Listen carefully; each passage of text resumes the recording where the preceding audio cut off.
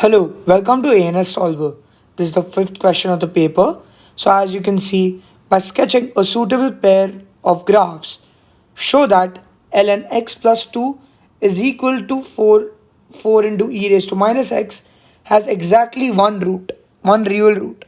That means they have only one point of intersection, you can say in one way. Now, let's focus on this first. If you know ln graphs, okay, you need a little bit of log knowledge here, log graphs concept.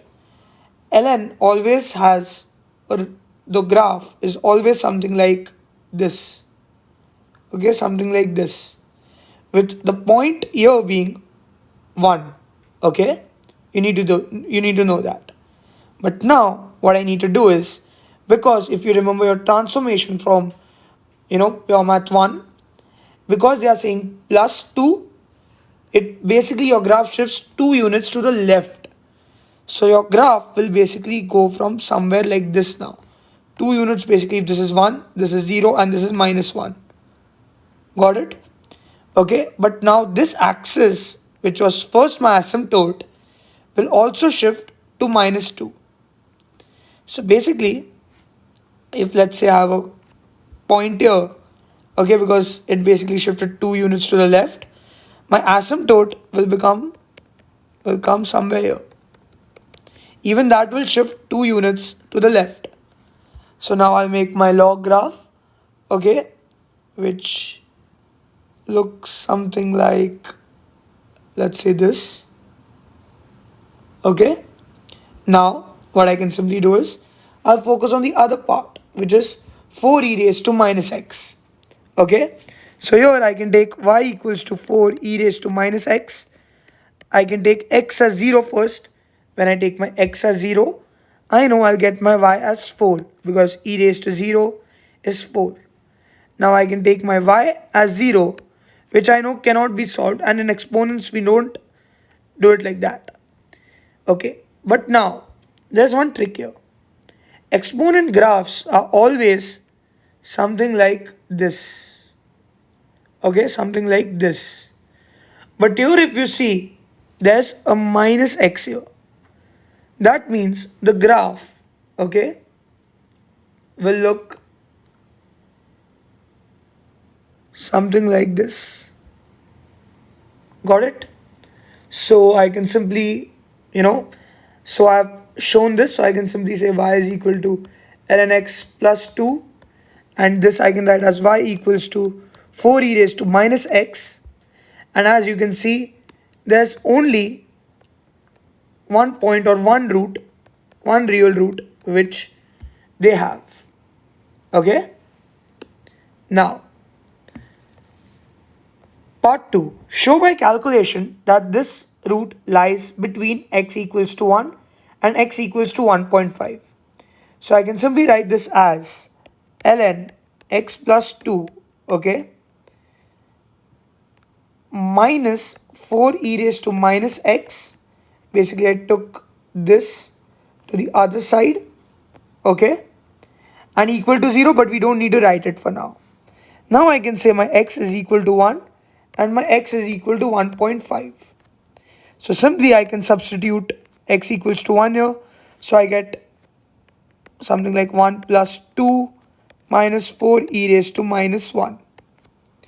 Okay, so now I can simply solve this on the calci, right? Exactly this, okay, because we need it later. We need this actually to evaluate the sign. Okay, now when I put 1 and I click on equal to, I get negative 0.3729. I care more about the sign here.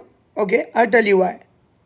Now for this, in the same way, put 1.5, okay, in the place of x. Okay, put 1.5. So now when I simply put 1.5 in the place of x, okay, I simply get my value as 0.36024, which is positive. Now we can verify that the root, okay, lies between 1 and 1.5 only if there's a change in sign. So we can simply write there's a change in sign, hence it's verified.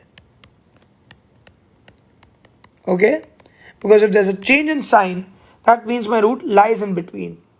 Okay, now use the iterative formula, okay, to determine it to 2 decimal places. Give each iteration to 4 decimal places. So what I do first is I take my n as 0.